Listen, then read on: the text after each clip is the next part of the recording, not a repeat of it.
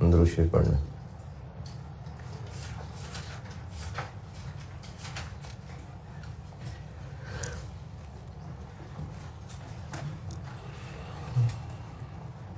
और क्वेश्चन दिया था एक 25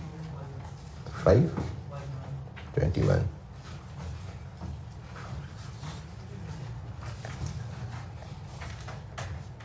हाँ जी, कर सके कि नहीं कर हो गया नहीं है उसके खत्म करते हैं फिर हैं? चलें ऑनलाइन में होंगे मसले, देखो बोल के दे देता हूँ सारा।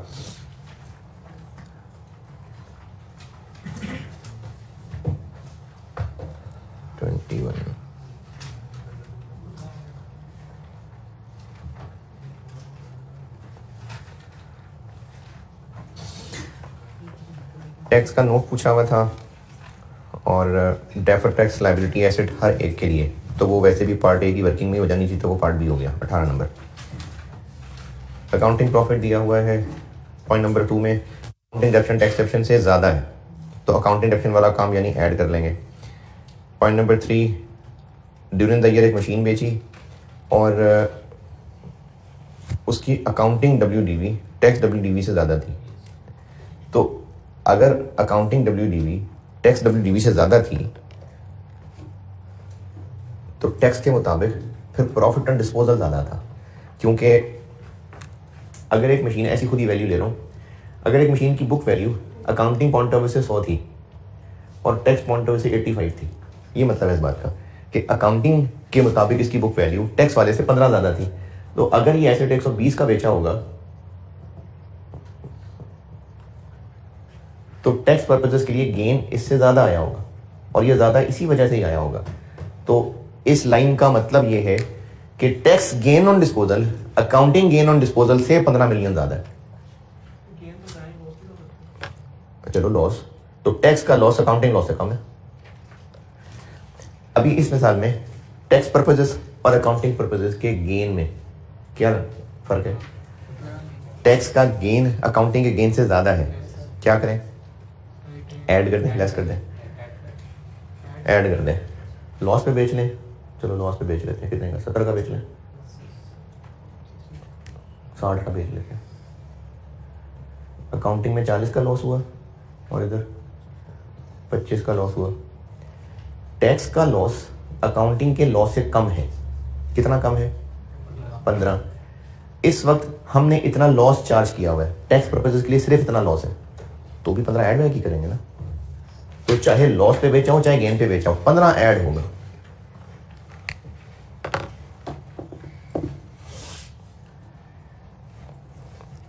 पॉइंट नंबर 4, ट्रेडमार्क यानी इनटेंजिबल एसेट 90 मिलियन का है, इसकी इनडेफिनेट लाइफ है, इनडेफिनेट लाइफ यानी इसको अमोर्टाइज नहीं करते थे, तो अकाउंटिंग अमोर्टाइजेशन कोई नहीं है।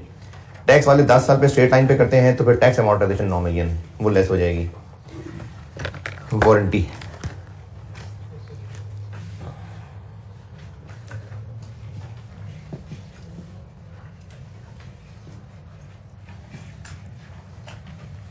इस साल वारंटी का क्लोजिंग बैलेंस खुद निकालना पड़ेगा हमें। एक्चुअल एक्सपेंडिचर कितना हुआ? 54। पिछले साल का DTL और DTA दिया हुआ है, पिछले साल का PP का कितना है? 34.5 और क्या है? ट्रेडमार्क का 5.4 और प्रोविजन फॉर वारंटी कितना? 14.7 नेगेटिव। टैक्स रेट क्या था? 30% था। इसको 30 से क्रॉस करेंगे तो डिफरेंस आ जाएगा। पीपी का 115, ट्रेडमार्क का 18, प्रोविजन फॉर वारंटी का 49। Tax base carrying amount, provision की टैक्स बेस 0 ही होती है और ये नेगेटिव का मतलब है कि tax base minus carrying amount की थी, तो इसका मतलब 49 था। ये 49 था, लाइबिलिटी है, tax base minus carrying amount होती है। ये 49 था तो डिफरेंस 49 आया होगा, इस 49 पे 30 रेट लगा होगा तो ये आया होगा। अब यहाँ से उल्टा चलेंगे। इसी तरह PP carrying amount tax base दोनों नहीं पता, कोई बात नहीं, कल डिफरेंस से भी काम चला लिया था। ट्रेडमार्क टैक्स बेस और कैरिंग अमाउंट दोनों ही नहीं पता। वैसे तो पता है कैरिंग अमाउंट तो पूरी 90 है, तो यहां से देखेंगे तो 72 आएगा। तो ये 49 प्रोविजन का पिछले साल का यानी बीडी बैलेंस है। बेस्ट एस्टीमेट ये है कि जो इस साल की सेल हुई हैं उनका कितने % रिपेयर के लिए क्लेम आएगा, और कितनी है सेल 17। तो बेस्ट एस्टीमेट ऑफ एक्सपेंडिचर ये है, ये प्रोविजन का क्लोजिंग बैलेंस नहीं है। जो इस कितने साल की वारंटी होती है, 1 साल की। तो जो पिछले साल की सेल थी उनका साल हो गया खत्म, जो इस साल की सेल है उनका है अभी कुछ ना कुछ पीरियड बाकी, किसी का महीने बाकी होगा, किसी का 10 दिन बाकी होंगे, किसी का 6 महीने बाकी होंगे। जो इस साल की सेल है उनका अभी वारंटी पीरियड बाकी है, उससे पिछले वाली सेल सबका वारंटी पीरियड एक्सपायर हो गया। तो क्लोजिंग बैलेंस सिर्फ उन्हीं का रखना है जो इस साल वाली सेल है। इन पे इतना खर्चा होगा, ये पूरे खर्चे का बेस्ट एस्टीमेट है, ये प्रोविजन की अमाउंट नहीं है, ये पूरे खर्चे का बेस्ट एस्टीमेट है कि करंट ईयर की सेल्स के अगेंस्ट 2% रिपेयर के क्लेम आएंगे। जितने एक्चुअली आ चुके वो माइनस कर देंगे तो बाकी की प्रोविजन बनेगी। अच्छा, एक्चुअली कितने आ चुके, टोटल खर्चा असल में जो इस साल हुआ वो 54 है, और इसमें से 38 ऐसा है जो पिछले साल की सेल से रिलेटेड था, तो बाकी ये है जो इस साल की सेल से रिलेटेड असल में क्लेम आ चुके, ये माइनस कर देते हैं। टोटल सेल्स के अगेंस्ट इतने खर्चे की उम्मीद है और बस इसमें से जितना नहीं हुआ उसकी प्रोविजन बननी है 19, और इसको बैलेंस करेंगे तो इधर एक्सपेंस आ जाएगा 20। तो accounting expense add back, tax के लिए एक्सपेंडिचर लेस।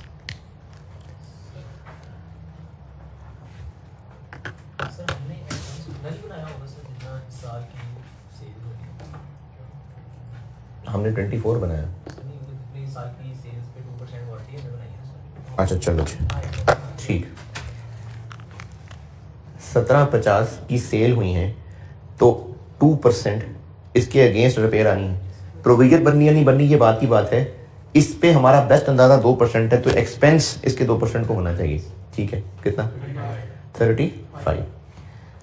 पिछले साल का क्लोजिंग बैलेंस 49 आ रहा था, ये हमारा बेस्ट अंदाजा था पिछले साल कि इतने क्लेम और आएंगे। कितने और आए, 38 और आए। पिछले साल का क्लोजिंग बैलेंस 49 था और उस वक्त बेस्ट अंदाजा था कि 49 के क्लेम और आएंगे, तभी तो प्रोविजन बनाई थी। उसके अगेंस्ट बस 38 आए। कितने नए आए, 11। तो वो जो प्रोविजन बनाई हुई थी अब उसके अगेंस्ट मजीद क्लेम आने, क्यों नहीं आने, क्योंकि साल खत्म हो गया, तो नो मोर प्रोबेबल, तो वारंटी की प्रोविजन बनाई थी वो रिवर्स हो जाएगी, तो 11 मिलियन को कर देंगे रिवर्स।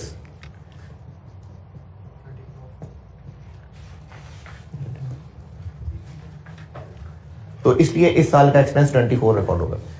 इस साल की रिपेयर के अगेंस्ट इतना ठीक है, लेकिन पिछली प्रोविजन रिवर्स भी करनी है, तो नेट इतना एक्सपेंस बनेगा। ये प्रोविजन वाला ही इसमें एक तगड़ा पॉइंट था, और वो ओपनिंग बैलेंसेस वाला पॉइंट। जी, प्रोविजन रिवर्स करते हैं तो provision debit, expense credit. Point number 6, इस साल रीस्ट्रक्चरिंग पे खर्चा किया है 17.5 मिलियन, तो खर्चा किया है, कोई एसेट वाली तो बात है नहीं, तो ये यकीनन हमने एक्सपेंस रिकॉर्ड किया होगा। लेकिन टैक्स वाले इसको 5 साल पे अलाउ करेंगे, तो जो 17 साढ़े 17 हमने एक्सपेंस बनाया है वो एड बैक कर दें, और टैक्स वालों ने इसमें से 1 साल अलाउ किया है वो लेस कर दें। पॉइंट 7, 26 मिलियन का हमने एक एक्सपेंस बनाया हुआ है जो भी पे नहीं हुआ। कैसे पता पे नहीं हुआ, पॉइंट 7 पहला बुलेट पॉइंट, क्योंकि एक्रूवल्स, तो इसका मतलब अभी पे नहीं हुआ, तो ये एक्सपेंस एड बैक हो जाएगा। पेमेंट कोई है नहीं तो लेस कुछ नहीं होगा। डोनेशंस हैं, टैक्स वाले अलाउ नहीं करते, एड बैक हो जाएंगे। अदर इनकम में ये दोनों ही हमने एक्रू किए हैं, यानी commission receivable debit, commission income credit, dividend receivable debit, dividend income credit. Tax वालों ने इनकी टैक्सेशन कैश बेसिस पे करती होती थी। डिविडेंड तो अब भी कैश बेसिस पे ही होगा, लेकिन अब से ऑनवर्ड कमीशन हो गया हुआ है एग्जेम्प्ट। ये बिल्कुल वही पॉइंट है जो कल वाले सवाल में भी किया था। तो अब से ऑनवर्ड चूंकि कमीशन एग्जेम्प्ट हो गई हुई है और ये जो 12 मिलना है ये मिलेगा भी तो टैक्स नहीं पड़ेगा, तो इसलिए ये एग्जेम्प्ट कह के हम एड बैक लेस कर देंगे। और डिविडेंड इसलिए लेस कर दी क्योंकि उस पर टैक्स रेट अलग होता है। नहीं,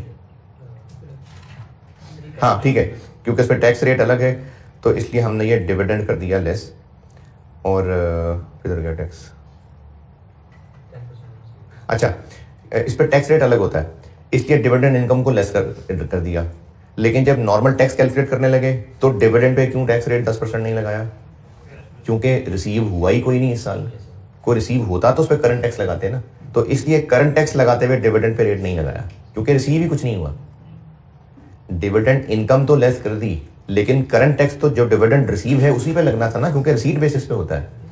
तो जब रिसीव ही कुछ नहीं हुआ, कैसे पता रिसीव कुछ नहीं हुआ? क्योंकि रिसीवेबल है, तो इसलिए करंट टैक्स कैलकुलेट करते हुए डिविडेंड पे 10% नहीं लगा। और लास्ट एडवांस रेंट इनकम है, मिल गए हैं, इनकम नहीं बनी, तो हमने तो इनकम बनाई नहीं है, लेकिन टैक्स वाले टैक्स लगाएंगे तो 16 ऐड हो जाएगा। ये हो गया करंट टैक्स। तो जिन्होंने भी किया, अगर करंट टैक्स में कोई एतराज़ परेशानी है तो बताएं।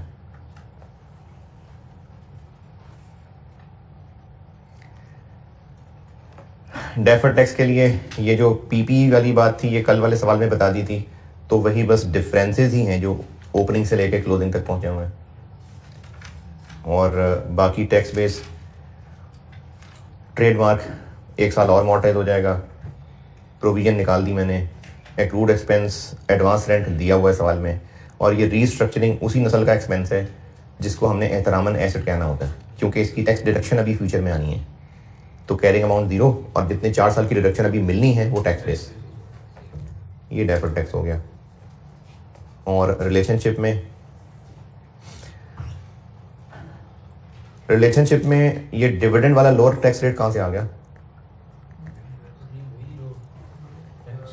लेकिन वो तो लगा ही नहीं 10%। डेफर्ड टैक्स बनाया है उसमें हमने, करंट टैक्स नहीं बना उस पर क्योंकि डिविडेंड रिसीव नहीं हुआ। लेकिन देखें डिविडेंड रिसीवेबल आ रहा है, डिविडेंड रिसीवेबल का टैक्स बेस 0 आ रही है, तो ये वही डेफर्ड टैक्स तो बन गया है इस पे। Dividend receivable deferred tax part B की कैलकुलेशन के अंदर ये 35 का 35 कैरिंग अमाउंट आ रहा है, टैक्स बेस 0 है, डिफरेंस आया और उस पर लग गया डेफर्ड टैक्स। तो हमने जो रिकंसिलिएशन बनानी होती है उसमें इसको सिर्फ करंट नहीं टोटल टैक्स से टैली करना होता है। तो डिविडेंड पे करंट टैक्स ना सही डेफर्ड टैक्स तो बनाया है हमने, इसलिए ये 20% वाली एडजस्टमेंट आ रही है। और जो एग्जाम्प्ट इनकम थी वो आ गई और जो डोनेशन थी वो आ गया। ये था जी सवाल। अच्छा, जिन्होंने सवाल कर लिया और साथ साथ चल रहे हैं तो कुछ सिर्फ यार समझ आ गया इस तरह का कि आखिरी मुश्किल है? नहीं, कुछ भी नहीं। मुझे, मैं इंतजार करूँगा यार गोल्ड मेडल का, मुझे बताना जरूर सुबह सुबह। क्वेश्चन 22 पढ़ लें, करता हूँ बोर्ड पे।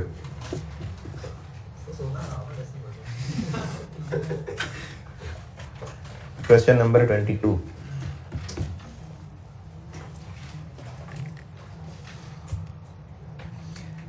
मैंने वैसे IAS 12 की ही प्रैक्टिस और करानी है, और जिस को इसमें कोई मसला नहीं आया, बड़े आराम से हो गया, तो वो बेशक ना लेना अगली क्लास रखूँगा भाई 2:30 बजे, और बस फिर ख़त्म है। हाँ, ये उसमें टैक्स रेट के एडजस्टमेंट बड़ी अच्छी थी, तो इसलिए वो एक और सवाल कराना है मैंने। तो अभी 22 पढ़ लें।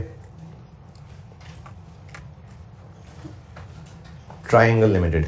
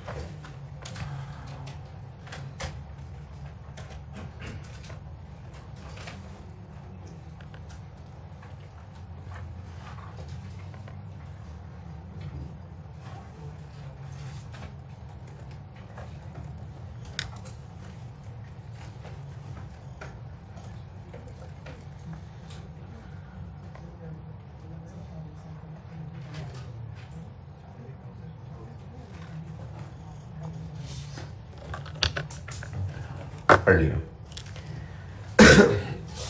ट्रायंगल लिमिटेड वॉज इनकॉर्पोरेटेड, तो 2017 इसका पहला साल है और कंपैरेटिव फिगर्स भी मांगी हैं। अगर रिक्वायरमेंट में ना भी लिखा होता शो कंपैरेटिव फिगर्स, तो आपको 17 का भी पीबीटी दिया हुआ है और 17 की सारी फिगर्स दी हुई हैं, तो फिर बाय डिफॉल्ट कंपैरेटिव नोट का बनाते। नोट बनाना है पार्ट ए, एक पेज लग जाएगा, वर्किंग में आ जाते हैं, और पार्ट बी करेंगे तो डेफर्ड टैक्स हो जाएगा। क्वेश्चन 22 जो कि है spring 19, working one current tax 2018 की भी करनी है, 2017 की भी करनी है। Accounting profit 125 110। Accounting depreciation add back 18 में अकाउंटिंग डेप्रिसिएशन 25 और 17 में थी 18। 0.3 टैक्स डेप्रिसिएशन 18 में है 21 और 17 में थी 42।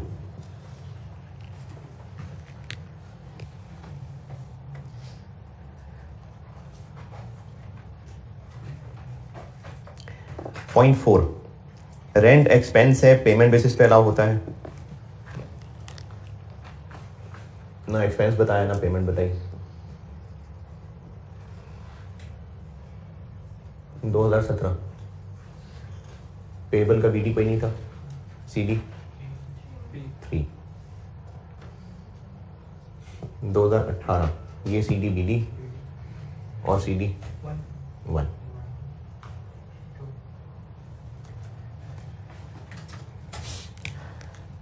एक्रूड यानी पेबल 31 दिसंबर 18 का 1 है और 31 दिसंबर 17 का 3 था, तो ये बीडी और ये 0। इधर पेड आता है, इधर एक्सपेंस आता है। एक्सपेंस 3 पेड 2, तो रेंट एक्सपेंस जो कि 17 में है 3 और रेंट पेड जो कि 18 में है 2।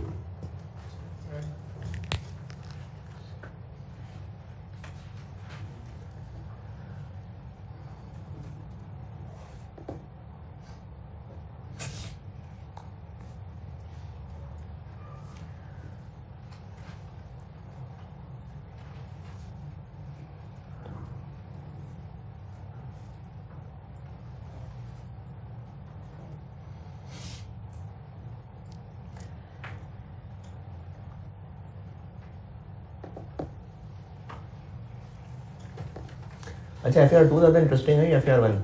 या FR1 कम बोरिंग है या FR2 कम बोरिंग है? 2 कम बोरिंग। 2 क्यों? चीज़ें कम समझ आती हैं।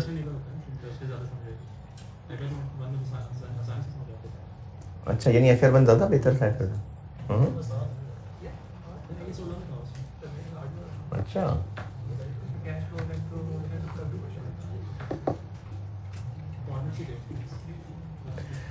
पॉइंट नंबर 5 इंश्योरेंस एक्सपेंस है जो पेमेंट बेसिस पे अलाउ होता है, तो फिर ऐसी वर्किंग ही कर लेते हैं। इंश्योरेंस 17 और 18, तो प्री पेड इंश्योरेंस का 18 का क्लोजिंग बैलेंस है 5 और 17 का था 4। इसका बीडी कोई नहीं था और इसका बीडी था 4। पेमेंट एक्सपेंस, तो ये आ गया पेड और इधर भी आ गया पेड।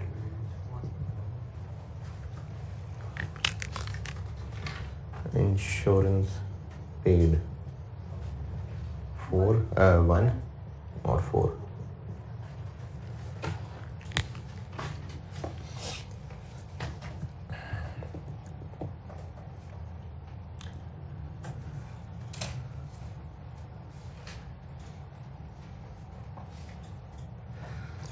0.6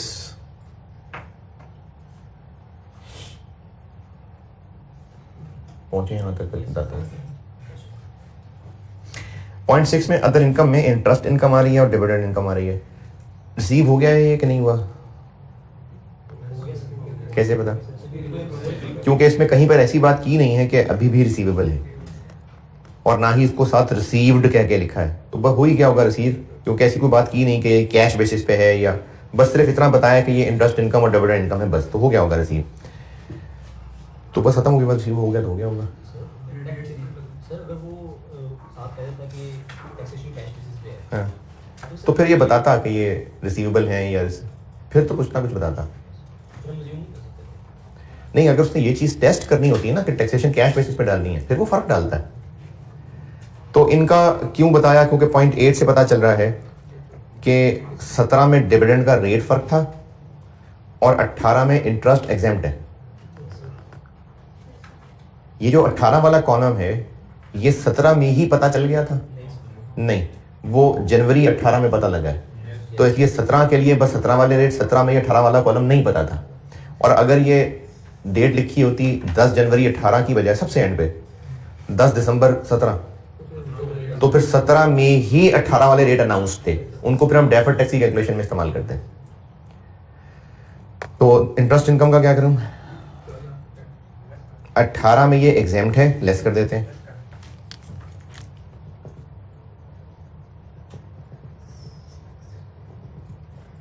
कितनी 18 में?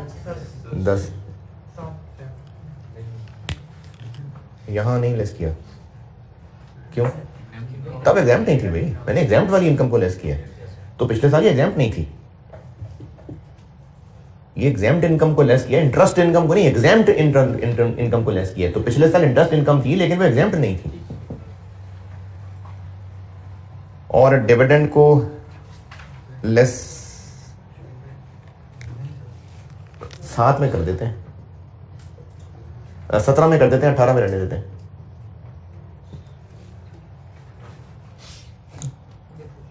क्यों? क्योंकि यहां पर इसका रेट नॉर्मल वाला ही है, यहां पर डिफरेंट रेट था।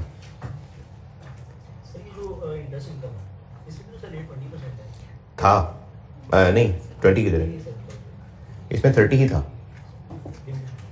इंटरेस्ट इनकम पे पिछले साल सेम रेट था इसलिए कुछ नहीं किया। डिविडेंड इनकम पे इस साल सेम रेट है इसलिए कुछ नहीं किया।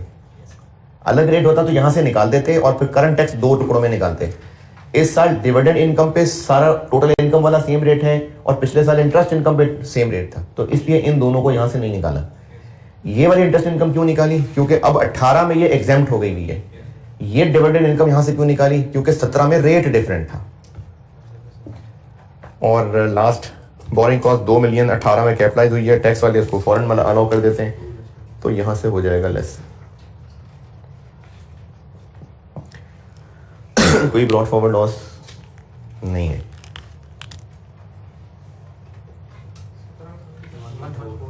11477 तो करंट टैक्स बन गया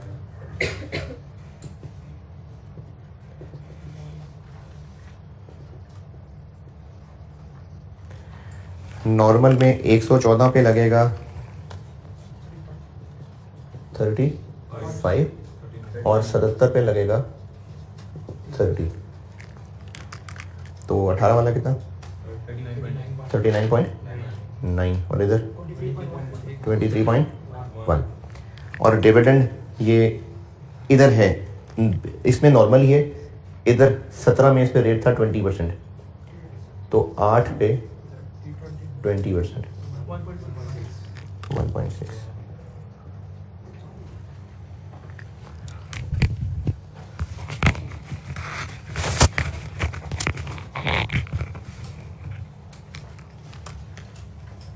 करंट टैक्स बन गया 39.9 और 24.7। ठीक है।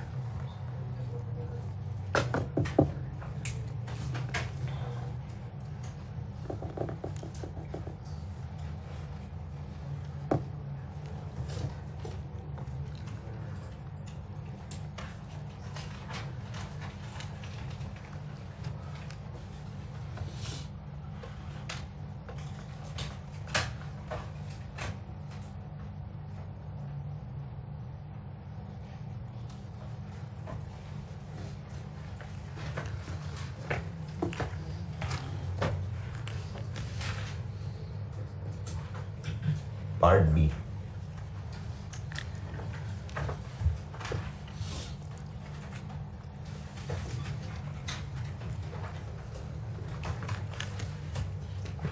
डेफर्ड टैक्स पहले 2017,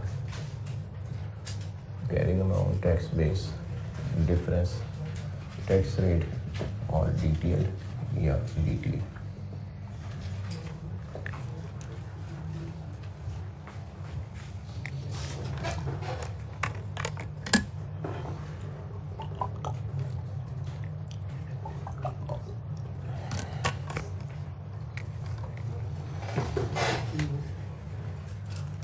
क्या क्या एसेट्स लायबिलिटीज हैं पॉइंट नंबर 1 से चलें। पीपीई, लेकिन मसला ये है कि पीपीई की कैरिंग अमाउंट टैक्स बेस कैसे निकालें। लेकिन वो तो डेफिनेट फॉर द ईयर देंगे, लेकिन डेफिनेट फॉर द ईयर है। पीपी की कैरिंग अमाउंट टैक्स बेस में तो आज तक की रेफरेंस का फर्क होता है। 17 में चूंकि पहला साल है तो इसलिए ये जो फॉर द ईयर है यहां से निकल है ये क्यूमुलेटिव डिडक्शन। पीपी की कैरिंग अमाउंट और टैक्स बेस में अगर कॉस्ट का इशू ना हो, कॉस्ट का इशू ना हो से मेरी मुराद ये है कि अगर अकाउंटिंग पर्पसेस के लिए डिसमेंटलिंग शामिल की हुई है, बोरिंग कॉस्ट कैपिटलाइज की हुई है, फिर तो कॉस्ट में भी फर्क है। लेकिन अगर कॉस्ट में फर्क ना हो तो पीपीई की कैरिंग अमाउंट टैक्स बेस में किस वजह से फर्क होता है? क्यूमुलेटिव डिडक्शन की वजह से। तो चूंकि पहला ही साल है तो वही क्यूमुलेटिव डिडक्शन भी है। अगर ये पहला साल ना होता तो फिर इस सवाल में यकीनन कॉस्ट वगैरह या इस तरह के और तरीका बताया होता। पहला साल है तो यही depreciation for the year he accumulated deduction है। लेकिन इसमें मैं इसको एक और तरीके से मुझे बेहतर लगता है आप डेप्रिसिएशन की अमाउंट कंपेयर करके कुछ भी कॉस्ट अज्यूम कर लें, 100 कर लेते हैं चलिए, 100। तो 2017 की डेप्रिसिएशन अकाउंटिंग की 18, 17 की, और टैक्स डेप्रिसिएशन 42, 82, 58। 2018 की डेप्रिसिएशन 25, 21, 57, 37। 100 नहीं 400 यूं कर लें, कोई बात नहीं, डिफरेंस उतना ही निकलेगा। इनमें कितना डिफरेंस है? 24 का। आप इसको 400 अज्यूम कर लें, 4000 अज्यूम कर लें, 50 अज्यूम कर लें, 24 का ही डिफरेंस निकल लें।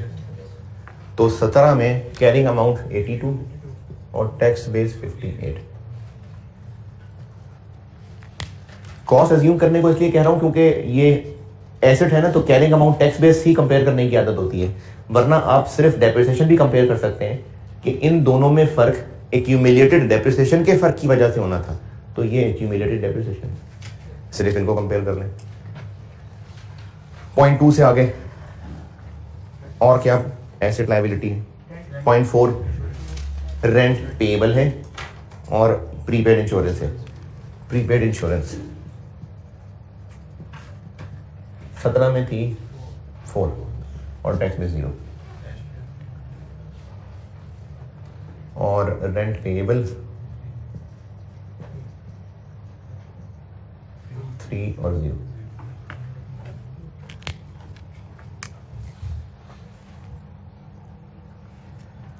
बस, तो फिर लाइन छोड़ने की जरूरत नहीं है।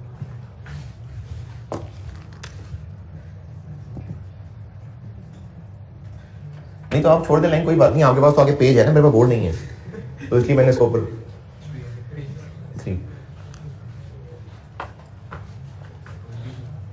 24 4 पॉजिटिव 3 नेगेटिव 30%, 7.2 1.2 0.9 7 point positive.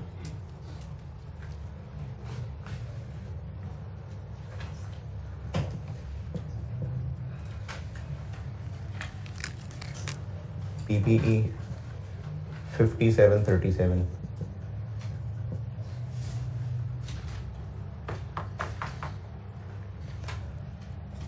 अच्छा, अगर कोई ये कॉस्ट अज्यूम किए बगैर चलना चाहे, 17 में एक्यूमुलेटेड डेप्रिसिएशन ये है, इन्हीं दोनों का फर्क 24, 18 में एक्यूमुलेटेड डिडक्शन, ये तो फॉर द ईयर है, ये एक्यूमुलेटेड है। 25 और 18, 21 और 42, 25 और 18 कितना बना? 43 है, 43। ये कितना बना? तो 20 का डिफरेंस है, ये वो 20 का डिफरेंस। कॉस्ट अज्यूम करने में आसानी हो जाएगी, लेकिन कोई मसला नहीं, आप 100 की जगह 500 भी अज्यूम कर सकते हैं, डिफरेंस इतना ही निकलना है।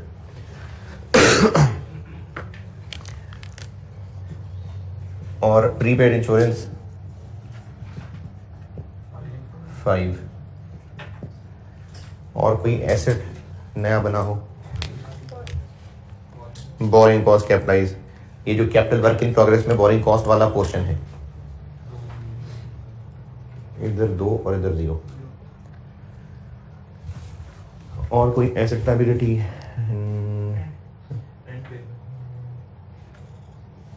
चलिए अब लिख लेते हैं रेंट पेएबल।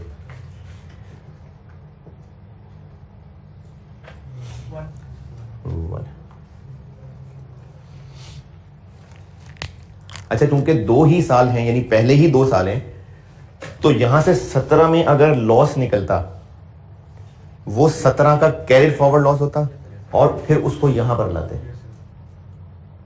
और फिर अगले साल वो करंट टैक्स में as a brought forward loss आ जाता। डिफरेंस 5 और 2 और 1, और टैक्स रेट हो गया था 35।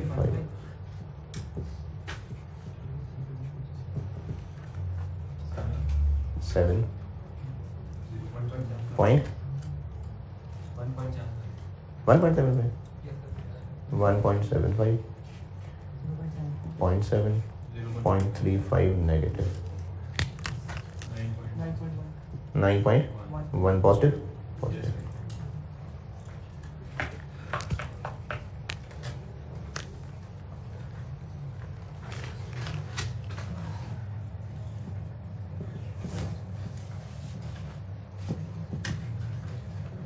CD चाहिए 7.5, OCI है ही नहीं कोई सवाल में, तो यही टैक्स एक्सपेंस है। 2018 में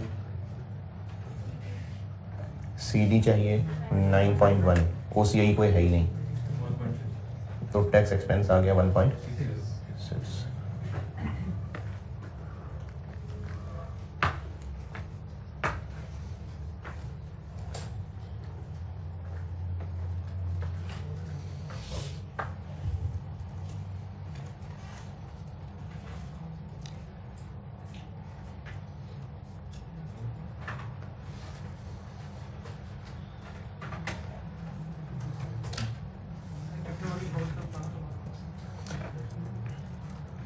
इसमें 2 मिलियन पे एतराज है, या लिखा ही क्यों? 2 मिलियन दिया हुआ है। कैपिटल वर्क इन प्रोग्रेस का ये है कि एक बिल्डिंग अंडर कंस्ट्रक्शन है, और उसके ऊपर वैसे कंस्ट्रक्शन कॉस्ट नहीं बताई, मैं कहता हूँ 60 आ चुकी है, लेकिन इसमें बोरिंग कॉस्ट भी हमने तो IAS 23 के मुताबिक कैपिटलाइज की हुई है। टैक्स वालों ने इसको कैपिटलाइजेशन नहीं, टैक्स वालों ने तो एक्सपेंस अलाउ करना। तो इस अंडर कंस्ट्रक्शन बिल्डिंग की कैरिंग अमाउंट और टैक्स बेस में फर्क ही सिर्फ इस वजह से, बाकी हमें ये पता ही नहीं है, इसलिए सिर्फ ये पोर्शन लिख लिया। टैक्सेशन का note,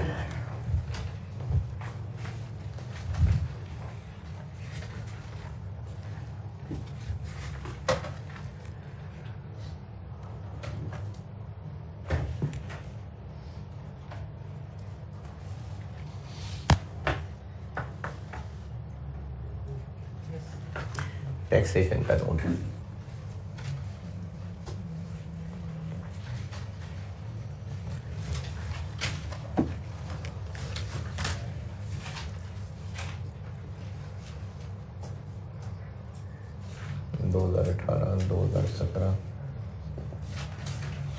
current tax for prior year है, तो बस फिर सिर्फ करंट टैक्स, जो कि वर्किंग 1 में लिखा दिया 39.9, 24.7।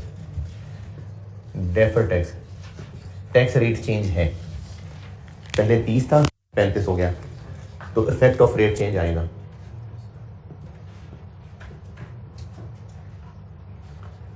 कैसे निकालें? जिन पे 30 लगाया था उन पे 5 और लगा देंगे। तो इन पे लगाया था 30, 25 पे 30 लगाया था, तो 25 पे 5 और लगा देते हैं।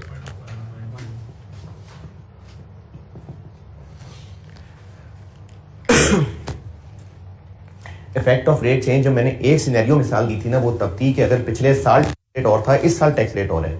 अगली क्लास में एक और वैरायटी बताऊंगा। तो उसमें फिर ये हल किया था कि जिन पे यानी बिली 30 लगा हुआ था, उन्हीं पे 5 और लगा देते हैं। तो 25 पे लगा हुआ था, 25 पे, ये 25 है, तो 25 पे 5 और लगा देते हैं। कितना? पॉजिटिव लिखो नेगेटिव लिखो?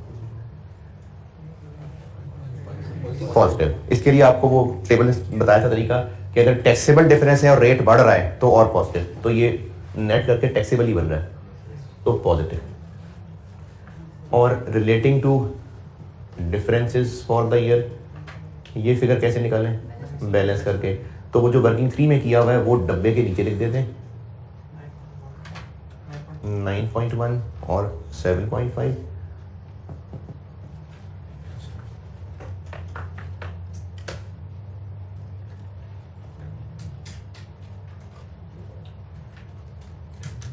हम्म 7.8।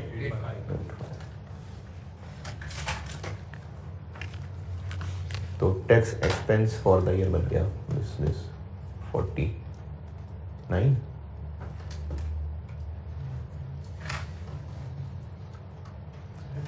32.2। एक मिनट से मैं चीज चेक कर लूँ।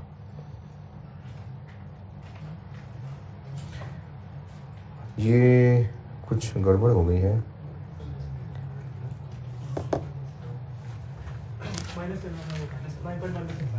मैंने 9.1 लिख दिया, डेफर्ड टैक्स एक्सपेंस 1.6 है।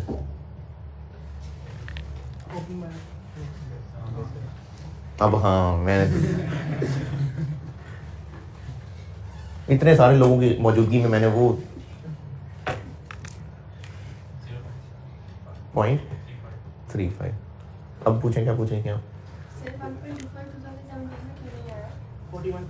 2017 में कितना है? 2017 में टैक्स रेट 30 था। अब 18 में आके वो 35 होगा, तो 18 में टैक्स रेट का इफेक्ट डालेंगे ना। 2017 में तो 30 था, अब 18 में चेंज हुआ है तो हमने इफेक्ट ऑफ रेट चेंज डालना है। ये इफेक्ट ऑफ रेट चेंज, ये मेरे ख्याल में 2 सवालों में ही शायद टेस्ट हुआ है। एक ये मैंने करा दिया और एक अगली क्लास में कराऊंगा वो।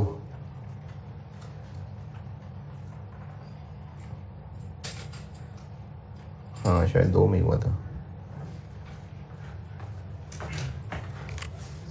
जी। सर वो जैसे कि आपने पहले कहा कि 10 दिसंबर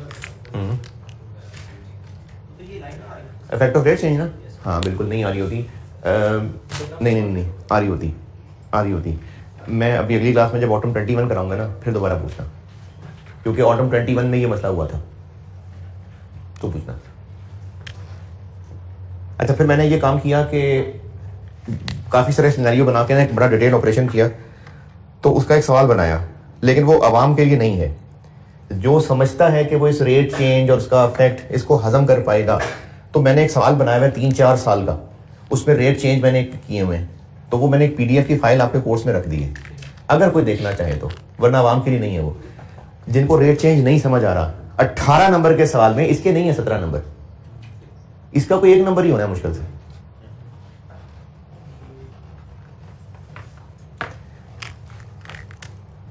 और एक मैंने और फाइल रखी है डिविडेंड के, मैंने 1-2 ना मिसालें बनाई थी कि एक में डिविडेंड रिसीवेबल, एक को कैश बेसिस पे रखा था, एक में शायद एक्रूअल बेसिस पे रखा था। ऐसी करके ना मैंने को 2-3 सिनेरियो डिविडेंड के भी बनाए हुए हैं, वो भी मैंने एक फाइल रखी है, अगर वो भी कोई शौक से देखना चाहे तो देख लेंगे। तो उम्मीद है जिनको समझ आ रहा है उनको शायद मजीद फ़ायदा हो जाए। जिनको ये चीज़ें नहीं समझ आ रही ना, पूरी कोशिश के बावजूद, कोई महरूमी की बात नहीं है। ये जितनी चीज़ें, ये जो रिकन्सिलिएशन में यहाँ पर जो है ना, ये बहुत सारे क्वालिफाइड लोगों को भी नहीं पता ये बातें। ये सवालों में टीचर उलझता है तो ये चीज़ें टीचर को समझ आती हैं, वरना ये चीज़ें अगर आपको नहीं समझ आ रही तो कोई महरूमी की बात नहीं है। IAS 12 नहीं बर्बाद हुआ, करंट टैक्स तो लेना नंबर कम अज़ कम। तो इसलिए जिनको ये चीजें समझ आ रही हैं वो उन 2 फाइलों पे देखिएगा, वरना बाकी पेपर का सिलेबस ना जाया करना। जितना इसमें से रिटेन कर सके उस पर सब्र शुक्र करें।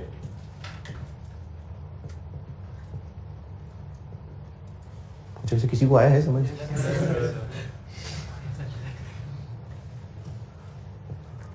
Relationship between accounting profit and tax expense, PBT. 125 और 110। 125 पे लग जाएगा 35 और 110 पे लग जाएगा 30। 43.75 30।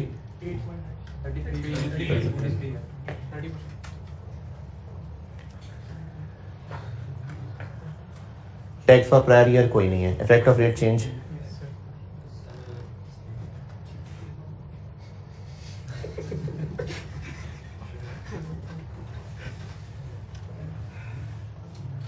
एग्जाम्प्ट इनकम ये 18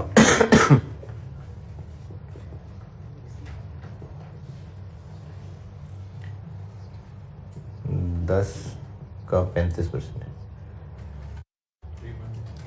3.5। और 17 में डिविडेंड का रेट लो था। 17 में डिविडेंड का रेट 20% था।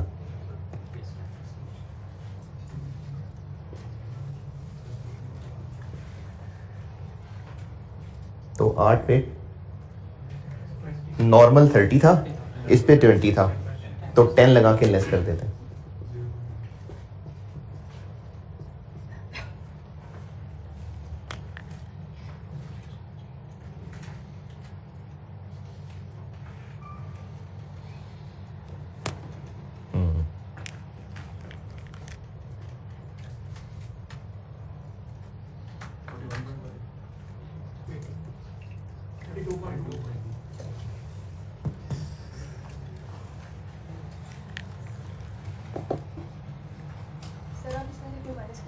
किसमें से? नहीं, ये रेट चेंज वाली मैंने नहीं, ये टैक्स रेट चेंज वाला नहीं मैंने किया। 17 वाले कॉलम में सवाल में लिखे ना, वो उधर है ना सवाल। 17 वाले कॉलम में नॉर्मल टैक्स रेट 30% था और डिविडेंड पे 20 था, और ये हमने इधर 20 लगाया था, तो ये वो वाला 10 एडजस्ट किया।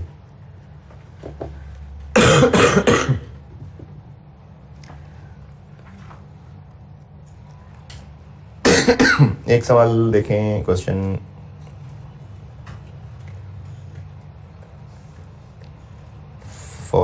17। ये ना एक सवाल आया है, ये 2013 में आया था, जिसकी वजह से मैंने टैक्स फॉर प्रायर ईयर आपको 2 लाइनों में लिख के दिया था, तो वो बात दोबारा समझा देता हूँ। छोटा सा सवाल है, क्वेश्चन 17 पढ़ लें।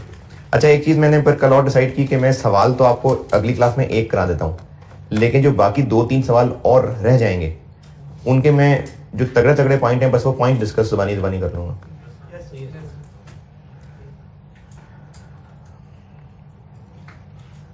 कंपनी अकाउंट का लेक्चर किसी ने पूरे देख लिए हों?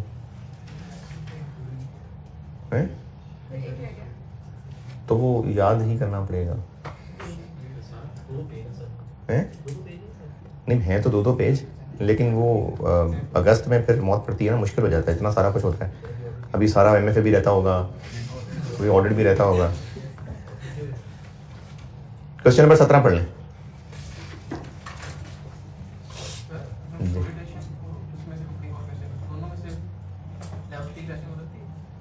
लेवल 3 तो शायद कोई भी नहीं है FR 2 में। कंसोलिडेशन तो होता है 18 नंबर का टेस्ट। हाँ हो सकता है, लेकिन कंपनी अकाउंट की 18 नंबर की टेस्टिंग कंपनी अकाउंट की नहीं हो रही होगी ना। कंपनी अकाउंट तो बीच में से 10 नंबर का होगा, बाकी तो हमने 12 नंबर का टैक्स का नोट मांगा होगा। SOCI SFP दोनों मांग लें, हुआ नहीं है अब तक। SOCI SFP पूरा ट्रायल वाला सवाल, ये आखिरी बार 2011 में भी नहीं, 11 में, हाँ तो उसके हुआ नहीं है फुल फ्लैग सवाल ऐसा, क्योंकि होना इसलिए भी नहीं चाहिए क्योंकि बहुत बड़ा सवाल होगा, तो फिर कंसोलिडेशन किधर जाएगा। तो इसलिए कोई एक ही आने की उम्मीद है।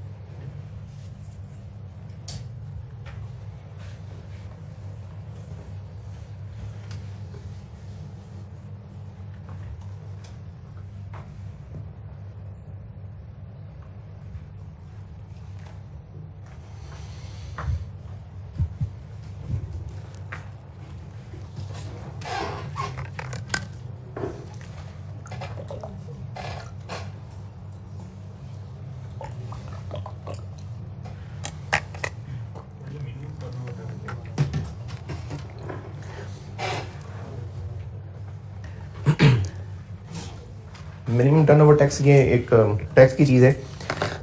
ये होता है कि अगर बिजनेस की इनकम किसी साल कम है तो टैक्स वाले कहते हैं कि हमें कम से कम इतना टैक्स तो दो ना, तो ये मिनिमम है।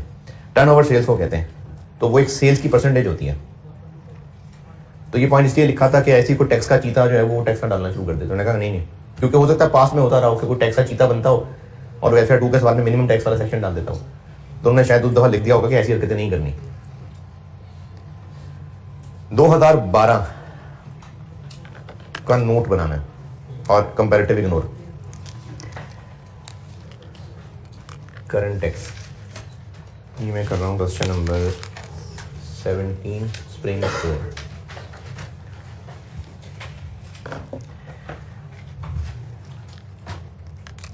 पीबीटी 11।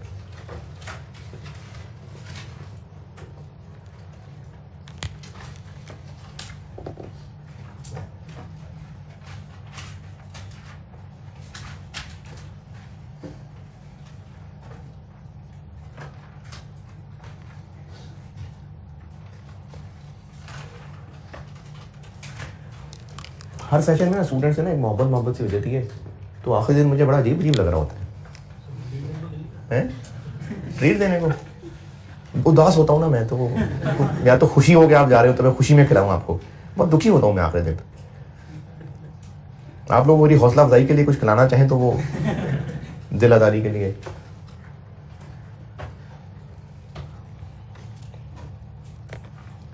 अकाउंटिंग डेप्शन 30 और टैक्स डेप्रिसिएशन 25.6।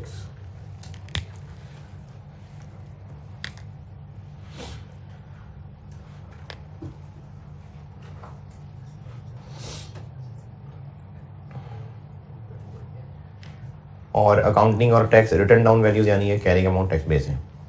पॉइंट 3 2 मिलियन का एक कैपिटल गेन था जो कि एग्जेम्प्ट है, लेस कर देते हैं। अच्छा, ये अचानक आसान हो गया सवाल, ये बहुत पुराना है, सिर्फ एक एडजस्टमेंट की वजह से करा रहा हूं मैं ये 2।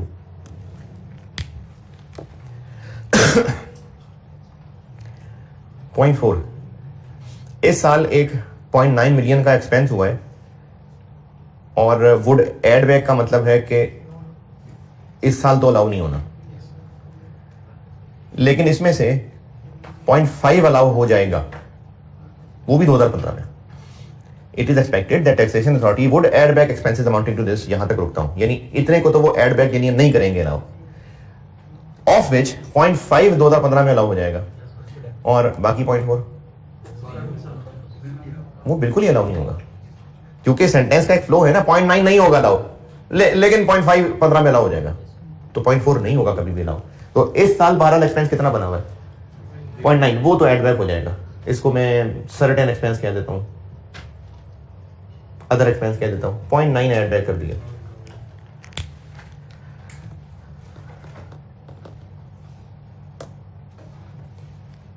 पॉइंट नंबर 5, पिछले ईयर से रिलेटेड एक 3 मिलियन का एक्सपेंस था, उसके बारे में इस साल पता चला कि टैक्स वाले उससे मुतमिन नहीं है। पहले तो हमने सोचा कि लड़ेंगे, नहीं पहले तो हमने सोचा कि जब रिटर्न बनाई थी कि इस पर तो कोई एतराज़ नहीं करेंगे, लेकिन अब टैक्स वालों ने जब हमें एतराज़ करके बता दिया है तो अब हमने फैसला किया है कि क्या करना लड़ाई करके। तो ये वैसा सही पॉइंट है जैसे वो एक सवाल में एंटरटेनमेंट और रिपेयर एक्सपेंस था कि टैक्स वालों ने पिछले किसी साल के रिलेटेड पॉइंट उठाया और हमने फैसला किया कि नहीं जाना अपील में। तो ये हो गया टैक्स फॉर प्रायर ईयर। ये मैं बाकी काम पूरा कर लूँ फिर ये पॉइंट दोबारा बताता हूँ।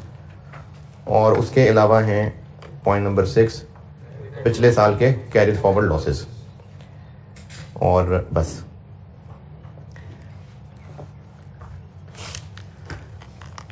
ये पॉइंट दोबारा समझें। पिछले ईयर्स में हम टैक्स देते आ रहे होते और पिछले ईयर्स की रिटर्न में से एक इस साल असेस हुई होती और टैक्स वाले हमारे पुराने किसी साल की रिटर्न पे एतराज उठाते कि हम आपके 3 मिलियन के एक्सपेंस से मुतमईन नहीं है, तो क्या रिजल्ट होता उसका? हम उस पर फिर और टैक्स दे देते।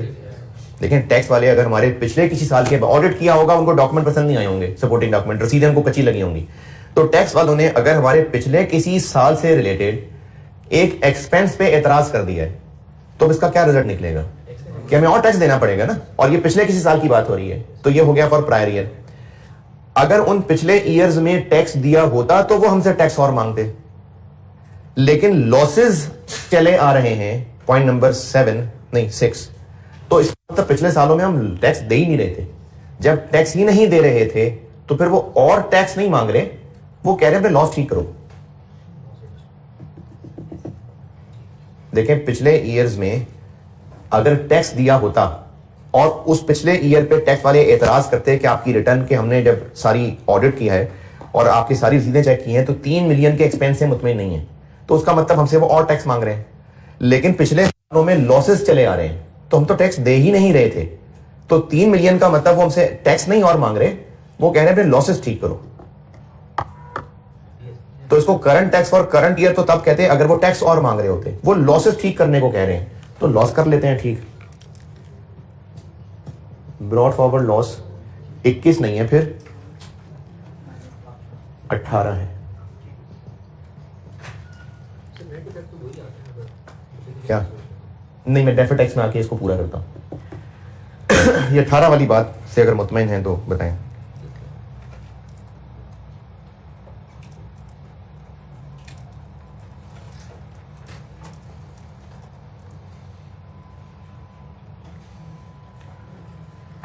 ये बेसिकली इस पॉइंट के लिए सवाल उठाया, वरना बाकी तो स्ट्रेट फॉरवर्ड चीजें, कह रहे हैं टैक्स रेट सब कुछ दिया हुआ है। करंट टैक्स की वर्किंग में ब्रॉड फॉरवर्ड को 21 की बजाय 18 कर देना वाला पॉइंट ओके। चलो, करंट टैक्स हो गया। टैक्स प्रॉफिट देखिए कितना, 3.7 नेगेटिव। अच्छा, अब ये नेगेटिव का मतलब है ये कैरिड फॉरवर्ड लॉस बन गया।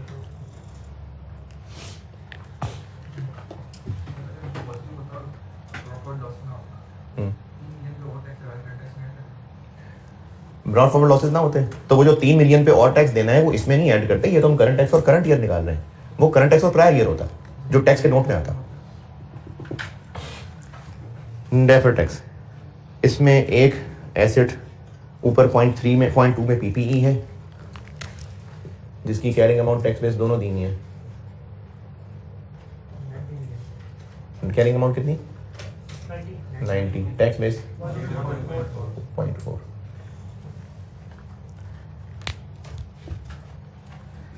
.1, .2, .3, .4। ये 0.9 मिलियन जो 0.4 में लिखा हुआ है, ये पे हो गया हुआ या पेएबल आ रहा है? पेएबल की तो कोई बात नहीं की ना, बस ये पेड है। तो ऐसा एक्सपेंस जिसपे टैक्स वालों ने भी फ्यूचर डिडक्शन देनी हो, हम उसको एसेट में लाते हैं जिसकी कैरिंग अमाउंट 0 रखते हैं। तो इन सर्टेन एक्सपेंसेस को मैं यहां एसेट में ले आता हूं कैरिंग अमाउंट 0 के साथ, और टैक्स बेस 0.5 जिसकी कल डिडक्शन मिलनी है। 0.4 की तो मिलनी नहीं है, तो जिसकी कल डिडक्शन मिलनी है वो ये 0.5 है।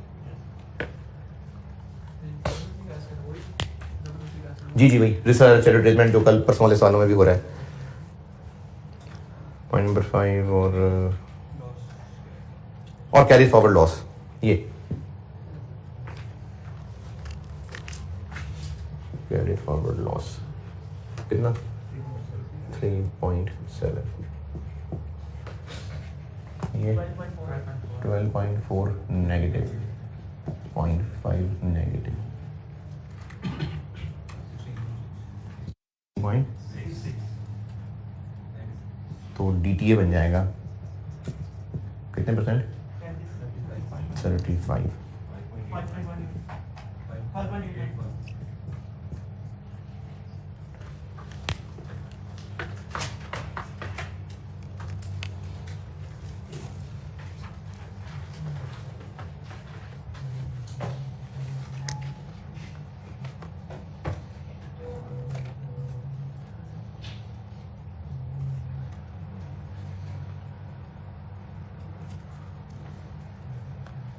ये कुछ गड़बड़ लग रहा है मुझे।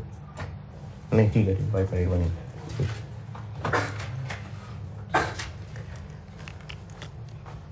और BD दिया हुआ है 10.15, DTL था कि DTA था? DTA था 10.15 और अब क्लोजिंग भी DTA है 5.81, तो इस साइड पे आ गया टैक्स एक्सपेंस 4.34।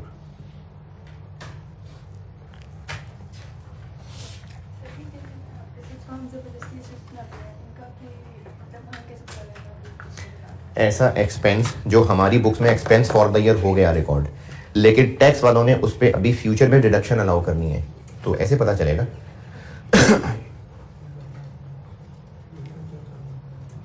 जैसे ये अभी जो मैं इससे पहले सवाल डिस्कस कर रहा था वो किया है, उसमें रीस्ट्रक्चरिंग कॉस्ट थी तो उसमें एक्सपेंस बनाया होगा, टैक्स वालों ने उसको 5 साल में अलाउ करना था, वो भी इसी में आएगा।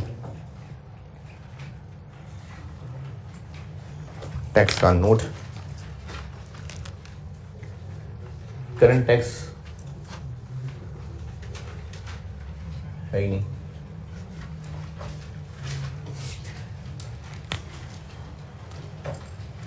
ये 3 मिलियन वाली बात दोबारा देखें। अगर पिछले ईयर्स में हमने करंट टैक्स दिया होता तो 3 मिलियन के एतराज का मतलब था टैक्स वाले हमसे और टैक्स मांग रहे हैं, तो हम उनको और टैक्स दे देते। लेकिन पिछले ईयर्स में चूंकि लॉसेस चले आ रहे थे तो पिछले सालों में हम टैक्स दे ही नहीं रहे थे, तो फिर हमसे और टैक्स नहीं वो मांगेंगे, लॉस को एडजस्ट करेंगे। इसका फर्क डेफर्ड टैक्स पे पड़ जाएगा। वो ऐसे कि लॉसेस का मतलब है पिछले साल ये कैरी फॉरवर्ड लॉसेस थे, इन पे हमने DTA बनाया हुआ था क्योंकि लॉसेस थे, और ये पहले DTA आ भी रहा है, तो इन लॉसेस की वजह से पहले DTA बना हुआ था। अब अगर वो लॉस ही गलत है तो फिर DTA गलत है, तो वो जो टैक्स की एडजस्टमेंट बनेगी वो डेफर्ड टैक्स में एडजस्टमेंट है। अगर हम पिछले ईयर्स में टैक्स दे रहे होते तो टैक्स वाले 3 मिलियन पे एतराज करके हमसे और टैक्स मांगते, वो current tax for current year होता। लेकिन पिछले ईयर्स में टैक्स इसलिए नहीं दे रहे थे क्योंकि लॉसेस चल रहे थे। अब उन लॉसेस के ऊपर हमने डेफर्ड टैक्स एसेट बना के रखा हुआ था। जब टैक्स वालों का एतराज आया तो हमें वो लॉसेस एडजस्ट करने हैं, तो लॉसेस एडजस्ट करने का मतलब है डेफर्ड टैक्स एडजस्ट करना है। इसलिए अब वो tax for prior year current tax for prior year की बजाय डेफर्ड टैक्स के डब्बे में आएगा।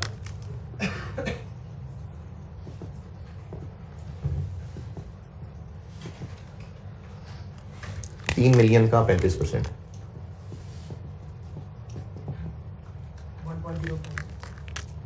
1.0 पॉजिटिव नेगेटिव पॉजिटिव, क्योंकि अगर हमारा एक्सपेंस में नहीं मान रहे, प्रॉफिट और बढ़ा रहे हैं तो और टैक्स, और डब्बे के बाहर 4.34, तो डेफर्ड टैक्स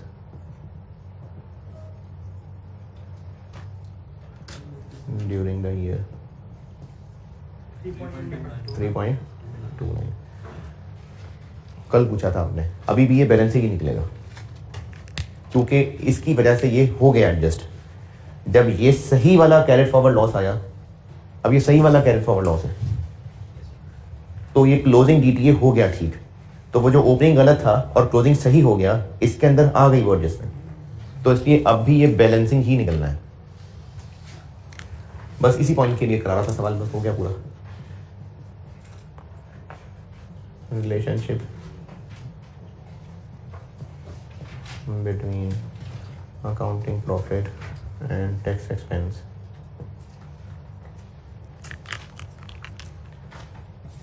पीबीटी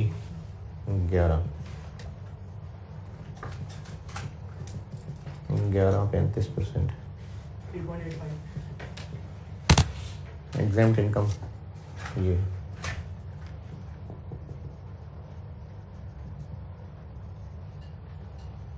2 का 35.7। टैक्स और प्रायर ईयर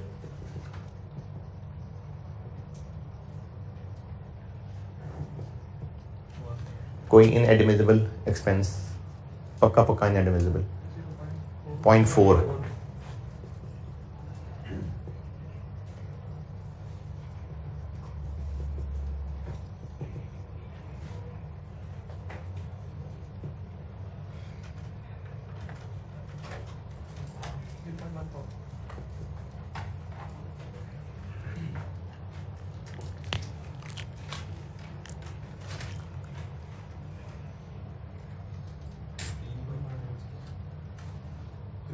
ओह ये नहीं है 4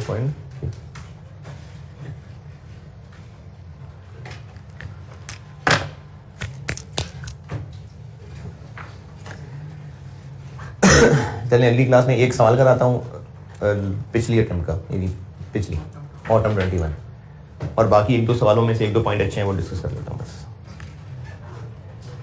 फिर है स्प्रिंट 22 मुनासिब था, वो था उसमें वो डीटीए वाला कि पिछले साल लॉसेस डीटीए बनाना था, हम नहीं बना सके, अनरिकग्नाइज था, वो पॉइंट था उसमें। ठीक है जी, अल्लाह हाफिज़।